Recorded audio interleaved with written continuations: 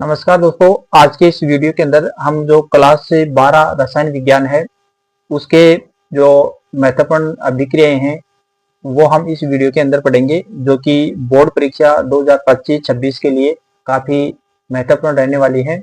इस वीडियो के अंदर हम वो सारी महत्वपूर्ण अभिक्रिया पढ़ेंगे जो नेम रिएक्शन है, मतलब नाम से पूछी जाती हैं। वो सारी अभिक्रियाएं इस वीडियो के अंदर हम पढ़ने वाले हैं। मैं आपको गारंटी देता हूं ये वीडियो देखने के बाद में जो नेम रिएक्शन है, नाम वाली रिएक्शन है, वो लगभग तैयार हो जाएगी। और एग्जाम में जो नाम वाली रिएक्शन है वो ज्यादा पूछी जाती है, तो आपको ऑर्गेनिक केमिस्ट्री है बहुत इजी लगने लगेगी। तो इस वीडियो को स्टार्ट करते हैं। देखो, जो इसकी विषय वस्तु है, आपको पता है कि जो ऑर्गेनिक केमिस्ट्री है इसमें ये 4 लेसन है ऑर्गेनिक केमिस्ट्री के हैं। इनमें हेलो एल्केन और हेलो एरिन है। इसकी जो महत्वपूर्ण अभिक्रिया है उनको हम एक साथ पढ़ेंगे। जो सेम रिएक्शन है, सेम रिएक्शन को हम एक जगह पढ़ेंगे आमने सामने, ताकि हमें कंफ्यूज नहीं होगा। कई बार जो ये रिएक्शन है याद हो जाती है, तो एक दो बार आप देखोगे तो आपको तैयार हो जाती है, लेकिन फिर अगर हम उसको लिखने की कोशिश करते हैं तो फिर हम भूल जाते हैं, मतलब कंफ्यूज हो जाता है। तो ये कंफ्यूज जो है ना, जो आपके, ये सारा इस वीडियो के अंदर आपका दूर हो जाएगा। तो दूसरा अध्याय है वो एल्कोहल, फिनोल और ईथर है, इसकी अभिक्रियाएं पढ़ेंगे। और तीसरा अध्याय है एल्डिहाइड, कीटोन और जो कार्बोक्सिलिक एसिड है वो पढ़ेंगे। और चौथा है वो एमीन पढ़ेंगे। हम इस वीडियो के अंदर केवल ये 4 ही जो लेसन है उनकी अभिक्रियाएं हम पढ़ेंगे। कुछ सामान्य अभिक्रिया हैं जैसे फ्रीडेल क्राफ्ट अभिक्रिया है, जिसमें एसिडीकरण और एल्किनीकरण अभिक्रिया है, दोनों ये भी पढ़ेंगे। सबसे पहले हम हेलो एल्केन और हेलो एरिन की जो अभिक्रिया हैं वो पढ़ेंगे। देखो, पहली है सैंड मेयर अभिक्रिया और इधर है गाटरमान अभिक्रिया। ये दोनों अभिक्रिया सेम है, इसलिए मैंने एक जगह इसको लिखा है। इसको देखो याद करेंगे तो देखो, सैंडविच, सैंडविच में नमक डालते हैं, पाउडर नहीं डालते। तो सैंडमेयर में कॉपर का साल्ट यानी क्यूप्रस हैलाइड इस्तेमाल होता है, ये आपको ध्यान में रखना है। यानी सैंडविच यानी सैंडमेयर अभिक्रिया है, उसमें नमक डालते हैं, ठीक है, पाउडर नहीं डालते हैं। मतलब जो क्यूप्रस जो हैलाइड है उसकी उपस्थिति में ये अभिक्रिया होगी। और इधर याद रखना, गटर में कॉपर का पाउडर डालते हैं, मतलब कॉपर के पाउडर की उपस्थिति में ये अभिक्रिया होगी। कौन सी? गाटरमान अभिक्रिया। बाकी अभिक्रिया सेम है। यहां देखो, बेंजीन डाई एजोनियम लवण को क्यूप्रस हैलाइड जो CuCl2 है, या क्यूप्रस ब्रोमाइड या क्यूप्रस साइनाइड के साथ अभिकृत करवाने पर डाई एजो समूह है, क्रमशः क्लोरीन, ब्रोमीन और साइनाइड इनके द्वारा प्रतिस्थापित हो जाएगा। समझ में आ गया होगा आपको। बेंजीन डाई एजोनियम लवण है, ये Cu2Cl2 और Cu2Br2 और Cu2Cn ये हैं। और इधर HCl लिया है, ये ध्यान रखना, यहाँ पर CuCl लिया है तो यहाँ पर HCl लेंगे, CuBr लिया है तो Br2 लेंगे, और CuCn लिया है तो KCN लेंगे, ये ध्यान रखना। तो यहाँ पर ये जो बेंजीन डाई एजोनियम लवण है इसमें N2 निकल जाएगा, और X है, इसके स्थान पर आपने जो भी रखा है, जैसे HCl रखा है, जो भी है, तो ये समूह निकल जाएगा। और AR के साथ क्या जुड़ जाएगा? जो भी आपने यहाँ पर लिया है वो समूह जुड़ गया। AR के साथ Cl जुड़ा है, यहाँ पर Br जुड़ा है, यहाँ पर Cn जुड़ा है, और नाइट्रोजन है सबके अंदर बाहर निकल गया। सेम इसी तरीके से इधर आ जाओ, गाटरमान अभिक्रिया। बेंजीन डाई एजोनियम लवण को कॉपर चूर्ण और संगत हेलोजन अम्ल जैसे HCl, HBr इनके साथ अभिकृत करवाने पर जो डाई एजो समूह है क्लोरीन या ब्रोमीन द्वारा प्रतिस्थापित हो जाएगा। जैसे ये बेंजीन डाई एजोनियम लवण है और ये कॉपर का पाउडर है, ठीक है। यहाँ पर हमने कॉपर का लवण लिया था, लेकिन गाटरमान अभिक्रिया में कॉपर का चूर्ण लेंगे और चूर्ण के साथ हाइड्रोजन अम्ल लेंगे, जिसमें HCl ले सकते हैं, HBr ले सकते हैं। तो इस तरीके से एरिल क्लोराइड है, एरिल ब्रोमाइड है। ये कॉपर चूर्ण लिया है और इधर कॉपर क्यूप्रस लवण लिया है, ठीक है। आगे देखो, सोडियम और सूक्ष्म ईथर 3 अभिक्रिया हैं। पहली अभिक्रिया है वुड्स अभिक्रिया। दूसरी है फिटिंग अभिक्रिया और तीसरी है वुड्स फिटिंग अभिक्रिया। पहली अभिक्रिया वुड्स अभिक्रिया है, इसमें एल्किल हैलाइड काम में आएंगे और एल्किल हैलाइड सोडियम के साथ सूक्ष्म ईथर की उपस्थिति में क्रिया होगी। तो जो आर समूह है एल्किल के दो अणु काम में आएंगे। देखिए ये एल्किल हैलाइड है और ये भी एल्किल हैलाइड है, दो अणु आए सेम है एल्किल हैलाइड, सोडियम से क्रिया की तो यहाँ से एक्स एक्स दो एक्स निकल गए और दो सोडियम के धातुओं से क्रिया कर ली तो 2Na आ गए और यहाँ पर जो आर बचा और ये आर बचा ये दोनों जुड़ गए यहाँ पर। ठीक, अब इसमें फिटिंग अभिक्रिया है सेम ऐसी है लेकिन यहाँ पर हम क्या लेंगे, एरिल हैलाइड लेंगे। समझ में आ गया, यानी एरिल हैलाइड लिया तो ये आर जो है आर एक्स था और इस आर के स्थान पर हमने क्या जोड़ दिया, बेंजीन वाला, तो ये क्या बन गया एरिल हैलाइड। इसकी क्रिया सोडियम से करवाते हैं सूक्ष्म ईथर की उपस्थिति में, तो दोनों जो बेंजीन वाले थी ये जुड़ गई यानी कि डाइफेनिल बन गया। ठीक है, और वही इसी तरीके से अब इसमें वुड्स फिटिंग यानी कि ये दोनों अभिक्रियाओं का योग हो गया, वुड्स का और फिटिंग अभिक्रियाओं का। तो एक तो हम ये समूह लेंगे, एक तो क्या लेंगे आर एक्स लेंगे और दूसरे में हम ए आर एक्स ले लिया, यानी कि एक तो हमने एल्किल हैलाइड ले लिया और दूसरा एरिल हैलाइड ले लिया। ठीक, दोनों से अभिक्रिया होगी। देखो ये एरिल हैलाइड है और ये एल्किल हैलाइड है, तो ये जो एक्स है ये निकल जाएगा और इसके स्थान पर क्या जुड़ जाएगा, एल्किल समूह आर जुड़ गया। ठीक, इसको याद करने की ये थोड़ी सी ट्रिक है। W से वुड्स और मतलब इसका है विनिंग यानी कि एल्किल चेन जुड़ेगी और F और फिटिंग दोनों मैच हो रहे हैं, F फिटिंग और इसका मतलब है फेनिल। यहाँ पर P ने मान के F मान लेंगे तो फेनिल, तो क्या जुड़ेगा एरिल रिंग जुड़ेगी और वुड्स फिटिंग का मतलब आप दोनों एल्किल और फेनिल दोनों जुड़ेंगे। इस तरीके से इसको थोड़ा सा याद रख लेना। याद रखने के लिए मैंने ये थोड़ा सा यहाँ पर लिखा है। हेलोजन विनिमय अभिक्रिया, विनिमय का मतलब आप जानते हैं कि हेलोजन का आदान प्रदान होना, विनिमय होना मतलब एक हेलोजन हटेगा दूसरा जुड़ेगा। यहाँ पर देखो एल्किल हैलाइड है और ये NaI है, NaI के अंदर भी I क्या है, हेलोजन है, तो ये जो I है ना इस X के स्थान पर चली जाएगी और X है वो I के स्थान पर आ जाएगा। तो यहाँ पर देखो R है इससे I जुड़ गया और Na है उससे X जुड़ गया, तो ये होगी फ्रैंकेनस्टाइन अभिक्रिया। समझ में आ गया।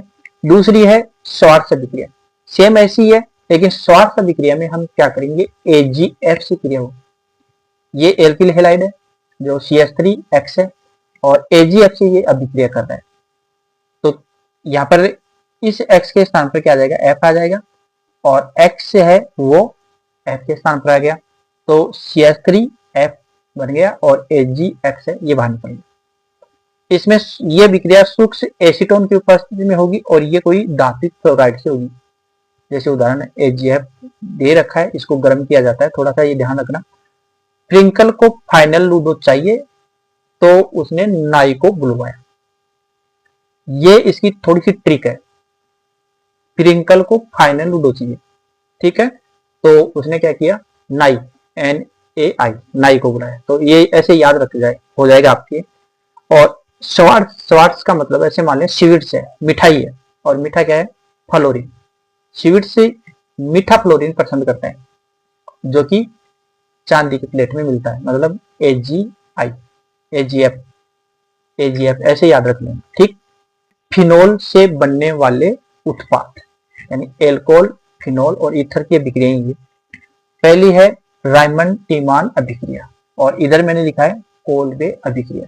दोनों अभिक्रिया लगभग सेम सी है, थोड़ा सा अंतर है जो आपको देखना है, इसलिए दोनों को एक जगह मैंने रखा है। इसको याद रखने की एक ट्रिक है, रायमंड टीमान का रीएजेंट क्लोरोफॉर्म है। रायमंड टीमान का रीएजेंट क्या है, क्लोरोफॉर्म है, जो सूंघने पर एल्डिहाइड बना देता है। वैसे ऐसे थोड़ा सा याद रख लेना। तो रायमंड टीमान अभिक्रिया किसकी उपस्थिति में, क्लोरोफॉर्म के साथ अभिक्रिया होगी और बनेगा क्या, एल्डिहाइड बनेगा। और इसको याद करने की देखो, यानी कोलबेक के अंदर CO आता है, पता है भाई, CO जो वैसे KO आता है लेकिन CO आप मान लोगे, इसको CO आता है। और रीएजेंट भी क्या है, CO2 होगा और उत्पाद क्या बनेगा, एसिड बनेगा जो कि COOH। अब देखो यहां पर पहले थ्योरी देख लेते हैं हम। फिनोल की क्रिया क्लोरोफॉर्म और जलीय NaOH के साथ करवाने पर ऑर्थो स्थिति पर CH2 समूह जुड़ जाता है जिससे सेलिसिल्डिहाइड बनता है, मध्यवर्ती डाइक्लोरोकार्बिन बनता है। ठीक, अब देखो ये फिनोल है, फिनोल के ऊपर हमने क्या लिख दिया, CHCl3, ये है क्लोरोफॉर्म। इसमें से एक क्लोरीन निकलेगा और यहां से एक हाइड्रोजन। ठीक, तो इस हाइड्रोजन निकला, इसके स्थान पर तो आ गया सोडियम। ठीक, और ये जो यहां पर है ना, यहां पर क्या जुड़ गया, CHCl2 जुड़ गया। तो इस तरीके से है आपका फिनोल, ऐसे है फिनोल। ठीक, और इस फिनोल के यहां पर भी एक हाइड्रोजन तो है ना, सबके ऊपर हाइड्रोजन है, यहां पर है कि नहीं है, जैसा कि आप बेंजीन की संरचना आप जानते हैं, तो यहाँ पर हाइड्रोजन, तो यहां से एक हाइड्रोजन हट जाएगा, तो यहां से हाइड्रोजन हटा तो यहां पर क्या जुड़ गया, CHCl2 जुड़ गया। और ये जो सोडियम है वो इस हाइड्रोजन को, जो हाइड्रोजन हटा है उसके साथ जुड़ गया, और OH है वो एक जल का अणु बन गया। भाई OH तो यहां बच गया और हाइड्रोजन है जो OH था उसमें जो हाइड्रोजन है वो निकल गया, तो जल का अणु बन गया। से जो क्लोरोफॉर्म है उसमें से एक क्लोरीन हटाए, तो यहां से एक हाइड्रोजन था जो मैंने यहाँ पर बताया ना आपको, तो यहाँ पर हाइड्रोजन था तो वो क्या बन जाएगा, HCl बाहर निकल जाएगा। ठीक है, तो ये मध्यवर्ती जो उत्पाद है वो बना है। ठीक है, अब इसकी क्रिया किससे होगी, NaOH से, सोडियम हाइड्रोक्साइड से होगी। ये समूह है जो CHCl2 है ये हटेगा और इसके स्थान पर क्या बन जाएगा, CHO समूह जुड़ जाएगा, जैसे एल्डिहाइड को मैंने आपको बताया नीचे ट्रिक के अंदर, जो सूंघने पर एल्डिहाइड बनाता है, तो आपके दिमाग में रहना चाहिए कि एल्डिहाइड बनेगा। तो यहाँ पर एल्डिहाइड समूह हमने जोड़ दिया है, तो ये क्या बन गया, सेलिसिल्डिहाइड। ऐसे इसमें है, ये फिनोल है, NaOH से क्रिया की, तो जैसे इसमें जुड़ा था ना Na, इसमें भी ऐसे ही जुड़ा है। ठीक है, फिर कार्बन डाइऑक्साइड और H+ है, इससे ही वापस क्रिया होगी। ठीक है, यह है 2 हाइड्रोक्सी बेंजोइक एसिड, जिसको सिलिक एसिड भी बोलते हैं। तो इस तरीके से इसको थोड़ा सा याद रख लेना। विलियमसन ईथर संश्लेषण, विलियमसन नाम से आपको पता लग रहा है, जैसे ट्रिक भी लिखी है मैंने, विलियम का बेटा, यानी कि विलियम सन, विलियम का बेटा, सीधा है यानी 1 डिग्री है भाई, 1 डिग्री एल्कोहल है, काफी सीधा है, बेचारे के पास से सीधी श्रृंखला है। और तभी घर क्या है, ईथर है, बना पाएगा, यानी कि 1 डिग्री एल्कोहल है वो क्या बनाएगा, ईथर बनाएगा बस।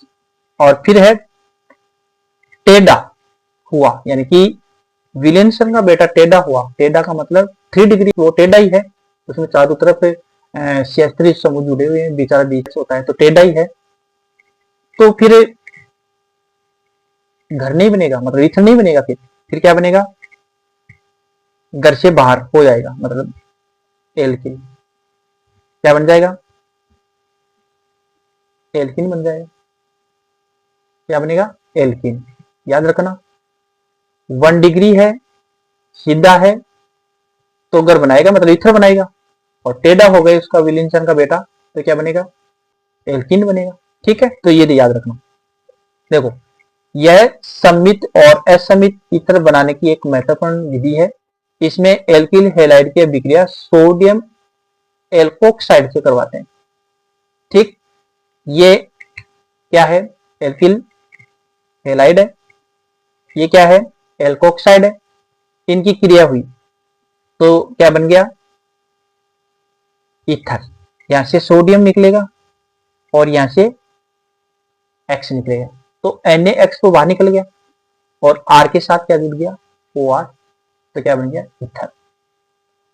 क्रिया विधि, यह अभिक्रिया SN2 क्रिया विधि से होती है, और SN2 जो अभिक्रिया है उनका मैंने वीडियो बनाकर यूट्यूब पर डाल रखा है, आप देख सकते हैं। ठीक, सर्वोत्तम परिणामों के लिए एल्किल हैलाइड यानी प्राथमिक हैलाइड होना चाहिए। यदि 2 डिग्री या 3 डिग्री हैलाइड का उपयोग किया जाता है तो प्रतिस्थापन की जगह कौन सी अभिक्रिया हो जाएगी? विलोपन अभिक्रिया हो जाएगी। और ईथर की जगह क्या बन जाएगा? एल्कीन बन जाएगा। देखो यहाँ पर ये 3 डिग्री या तृतीयक एल्किल हैलाइड है। सोडियम एथोक्साइड से या एल्कोक्साइड से इसकी क्रिया करवाई CH3ONA। ये एल्कोक्साइड है, इसको मेथोक्साइड बोलेंगे क्योंकि CH3 समूह जुड़ा हुआ है, एल्कीन बन गया। फिर तीसरा अध्याय है एल्डिहाइड कीटोन और कार्बोक्सिलिक अम्ल एल्डिहाइड बनाने की विधियां। इधर मैंने रोजेनमुंड अपचयन लिखा है और इधर स्टीफन अभिक्रिया लिखा है। ये दोनों विक्रिया लगभग सेम है, इसलिए मैंने एक जगह लिखी है इसमें। एसिल क्लोराइड का हाइड्रोजनीकरण PDBaSO4 उत्प्रेरक की उपस्थिति पर करने पर एल्डिहाइड बनता है। ये आपका एसिल क्लोराइड है। देखो RCOCl, ये क्या है? एसिल क्लोराइड है। अब जो एसिल के स्थान पर यानी R के स्थान पर हम कुछ भी जोड़ सकते हैं, जैसे यहाँ पर बेंजीन जोड़ा हमने, तो ये क्या बन गया? Benzyl chloride. अपचयन है तो हाइड्रोजन की क्रिया हो रही है और ये PDBaSO4 है यानी कि लेड बेरियम सल्फेट। ठीक है, रोजेनमुंड अपचयन है, उसमें ये उत्प्रेरक काम में आता है, तो ध्यान रखना इसमें। ये हाइड्रोजन है, अपचयन हो रहा है तो हाइड्रोजन का योग होगा, तो इसमें से एक हाइड्रोजन तो C के साथ जुड़ जाएगा और एक हाइड्रोजन है क्लोरीन के साथ जुड़ेगा तो HCl बनेगा, तो ये बेंजील्डिहाइड बन गया। यहाँ पर क्या है? O है, ध्यान रखना यहाँ पर क्या है? O है। ठीक है, इस तरीके से ये स्टीफन अभिक्रिया है। इसमें नाइट्राइल जो RCN का अपचयन होगा SnCl2 और HCl द्वारा, तो पहले इमीन बनेगा, फिर उसका जल अपघटन करेंगे तो एल्डिहाइड बनेगा। ये आपका नाइट्राइल है, RCN, SnCl2 और प्लस HCl, तो ये क्या बन गया? Imine, RCH11NH। ठीक, अब इसका जल अपघटन करेंगे तो एल्डिहाइड बना है और अमोनिया है वो बाहर निकल गया। सेम ये रिएक्शन है वैसे ही ये है, क्योंकि इसमें भी अपचयन हो रहा है और इसमें भी अपचयन हो रहा है। ठीक है, तो हाइड्रोजन का दोनों में योग हो रहा है, तो इस तरीके से ये दोनों मैंने एक जगह रखी है। फिर इसके बाद भी ये विक्रिया देखिए, इटार्ट अभिक्रिया, और इधर लिखा है मैंने गाटरमान कोच अभिक्रिया। देखो, टॉल्यूइन की अभिक्रिया क्रोमिल क्लोराइड, टोल्यूइन है जिसमें बेंजीन वाले के ऊपर CH3 जुड़ा हुआ होता है, वो टोल्यूइन है। और क्रोमिल क्लोराइड का सूत्र है CrO2Cl2। ठीक, इसे अभिक्रिया करवाएंगे तो पहले क्रोमिल संकुल बनेगा और उसका जल अपघटन करेंगे तो बेंजील्डिहाइड बन जाएगा। ये देखो, टोल्यूइन है और ये क्रोमिल क्लोराइड है, ये कार्बन डाइसल्फाइड की उपस्थिति में अभिक्रिया हो रही है, तो यहाँ पर ये समूह जुड़ गया, जो क्रोमिल समूह था यहाँ पर जुड़ गया, तो ये क्रोमिल का संकुल बना है, इसका जल अपघटन किया तो एल्डिहाइड बन गया। तो ये थोड़ा सा आपको ध्यान में रखना है। गाटरमान कोच अभिक्रिया, बेंजीन की अभिक्रिया CO और HCl के साथ निर्जल AlCl3 या CuCl2, यहाँ पर 2 है, की उपस्थिति में करवाने पर बेंजील्डिहाइड बनता है। तो ये बेंजीन है, CO प्लस HCl, और ये AlCl3 और CuCl2, तो क्या बन गया?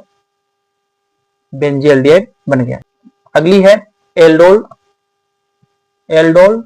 संघनन और केनिजारो अभिक्रिया। इसमें सबसे ज्यादा अंतर क्या है? इसमें बच्चे बहुत ज्यादा कंफ्यूज होते हैं, क्योंकि दोनों ही जो अभिक्रियाएं हैं वो कार्बोनिल यौगिकों की हैं, तो कंफ्यूज हो जाते हैं।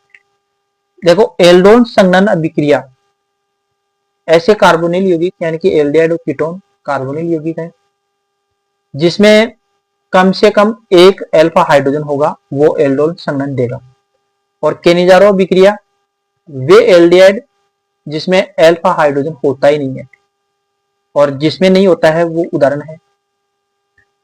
इसमें अभिकर्मक तनु क्षार जैसे NaOH तनु NaOH, और इसमें सांद्र क्षार काम में आते हैं जैसे NaOH 50% के लगभग सांद्र, इसमें तनु।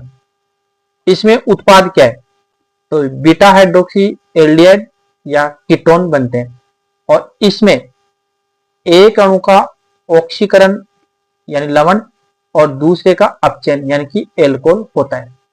ऐसा समानुपातन होता है, मतलब ये अभी आगे पढ़ेंगे इसके बारे में। इसकी ट्रिक है, जिसके पास अल्फा है ऑलराउंडर है, ठीक है, एल्डोल संघनन ऐसे याद रख लेना। और जिसके पास अल्फा हाइड्रोजन नहीं है वो कर नहीं सकता। केनी है ना, केनी जारो, केन आई, केन एन आई, तो कर नहीं सकता, ऐसे याद कर सकते हैं। तो खुद ही बढ़ जाता है, मतलब खुद ही अलग अलग भागों में बढ़ जाएगा, अपचयन और ऑक्सीकरण। यहां ये विक्रिया देखो, उदाहरण केनिजारो की। ये दो अणु हमने लिए हैं, किसके हैं ये, एल्डिहाइड के, और इसके पास अल्फा हाइड्रोजन नहीं है, फॉर्मेल्डिहाइड है, और सांद्र NaOH की उपस्थिति में यह विक्रिया हो रही है। तो एक तो क्या बन गया, एल्कोहल, और दूसरा क्या बन गया, लवण, ठीक है।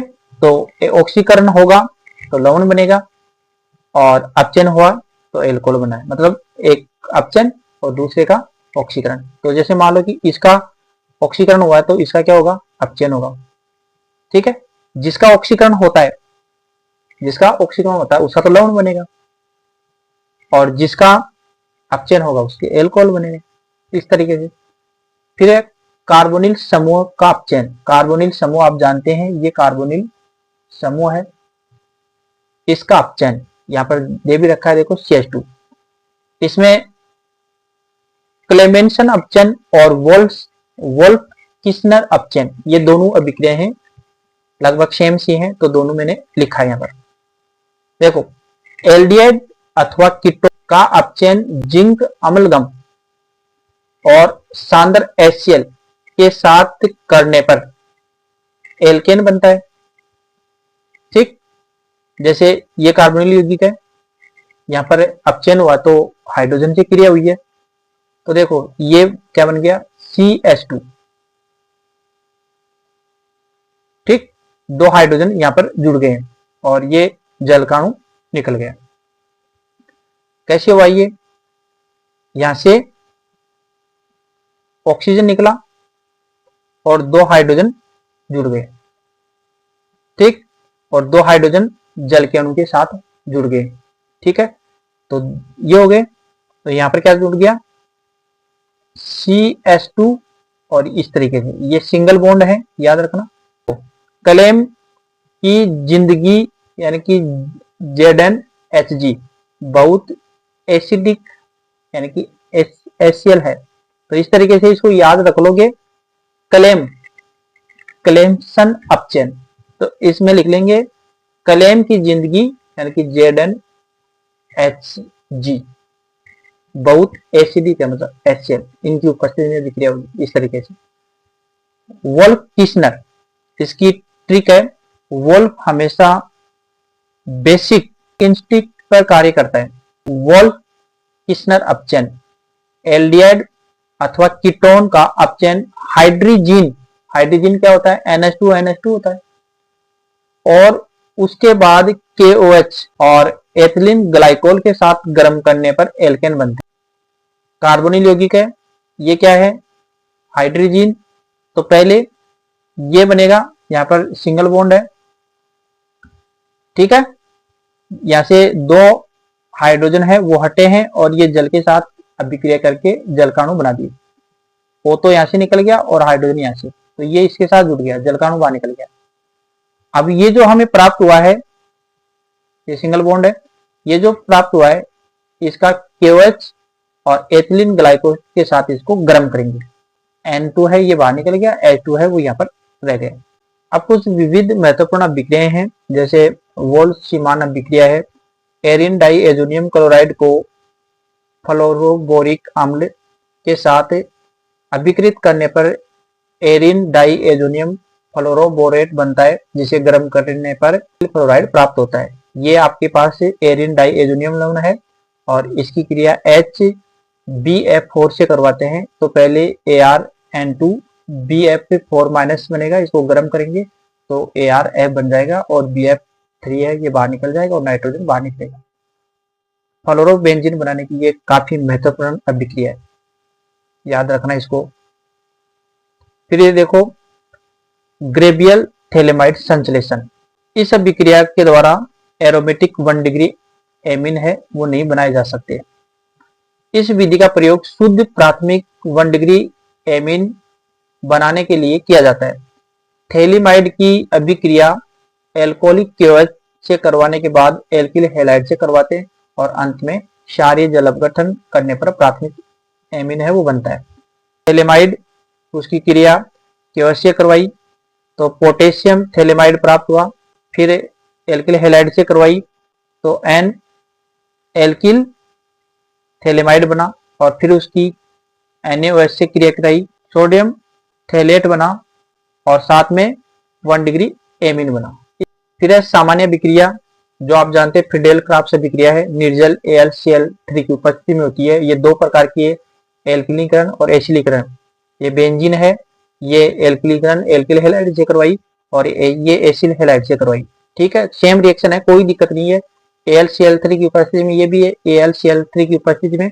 अंतर क्या है, अगर एल्किलीकरण पूछा जाता है तो एल्किल हैलाइड से करवाएंगे और एसिलीकरण पूछा जाता है तो एसिल हैलाइड से करवाएंगे। तो ये क्रिया करवाई तो यहाँ पर ये जुड़ गया CH3 और यहाँ से जो H निकला है वो Cl के साथ जुड़ गया तो HCl बन गया। और इधर भी ऐसी अभिक्रिया है, केवल Cl है वो यहाँ से जो हाइड्रोजन उससे क्रिया करेगा तो HCl बन जाएगा और बाकी ये पूरा का पूरा कार्बन से ऑक्सीजन और एक तरफ CH3 ये जुड़ गया। इस तरीके से ये बन गया। थोड़ा सा यहाँ देखो, इसमें इलेक्ट्रोफाइल एक कार्बोकेटाइन होता है, इसलिए पुनर्विन्यास संभव है। इसमें इलेक्ट्रोफाइल एसिलियस आयन होता है जिससे पुनर्विन्यास संभव नहीं है। इसमें पुनर्विन्यास हो सकता है, इसमें नहीं हो सकता, तो ये थोड़ा सा ध्यान रखना।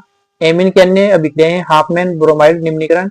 जब किसी एमाइड की अभिक्रिया ब्रोमीन और जलीय NaOH के साथ करवाई जाती है तो एक कम कार्बन वाला प्राथमिक एमीन बनता है। ये देखो RCnH2 प्लस Br2 NaOH, तो प्राथमिक एमीन बन गया, सोडियम कार्बोनेट और सोडियम ब्रोमाइड और जलकाणु बना। यह निम्नीकरण अभिक्रिया है।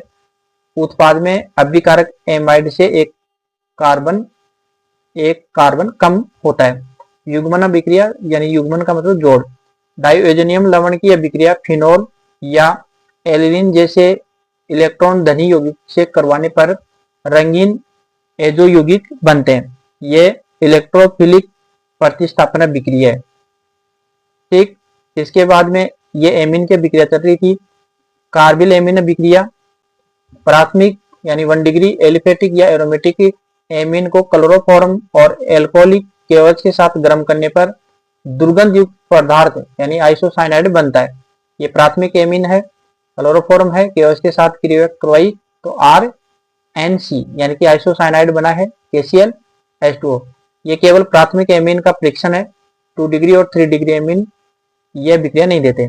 डाइएजोटीकरण, प्राथमिक एरोमेटिक एमीन को ठंडे जलीय खनिज अम्ल में सोडियम नाइट्राइट यानी NaNO2 प्लस HCl के साथ 0 से 5 डिग्री सेंटीग्रेड पर अभिक्रिया करवाने पर बेंजीन डाइएजोनियम लवण बनते हैं। जैसे ArNH2 है, NaNO2 प्लस HCl 273 से 278 केल्विन तापीय अभिक्रिया होगी तो ये क्या बन गया, बेंजीन डाइएजोनियम लवण NaCl और H2O। इस तरीके से कार्बोक्सिलिक अम्ल की अभिक्रिया है।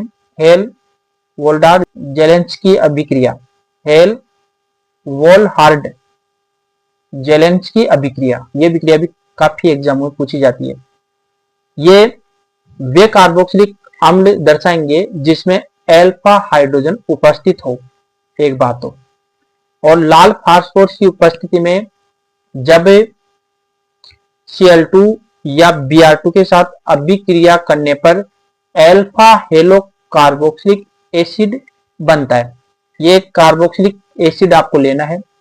कार्बोक्सिलिक एसिड ऐसा होना चाहिए जिसके पास अल्फा हाइड्रोजन होना चाहिए। तो देखो ये कार्बन है, इसके पास अल्फा हाइड्रोजन है, तो हेलोजन से क्रिया कर रहा है ये रेड फास्फोरस की उपस्थिति में, यानी लाल फास्फोरस की उपस्थिति में।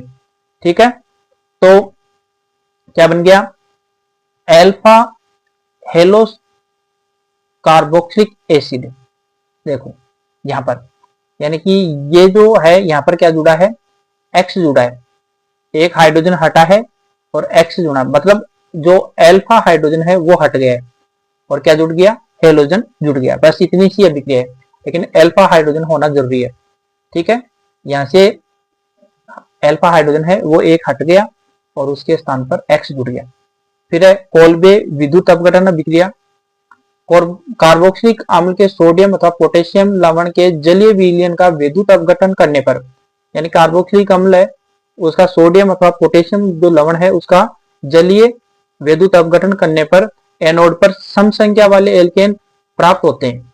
ये डीकार्बोक्सिलेशन अभिक्रिया है। जैसे ये सोडियम का लवण लिया है, ये जल है, क्योंकि जलीय विलयन लिया है, विद्युत धारा प्रवाहित करते हैं, तो ये क्या बन गया? एल्केन प्राप्त हो गया। CO2 H2 और NaOH ये बाहर निकल गया। तो मैं उम्मीद करता हूं आपको ये नोट्स भी अच्छे लगे होंगे, या जो मैंने आपको समझाने की कोशिश की है वो भी आपको अच्छी लगी होगी। अगर ये थोड़ा सा भी अच्छा लगा है तो वीडियो को लाइक जरूर करें।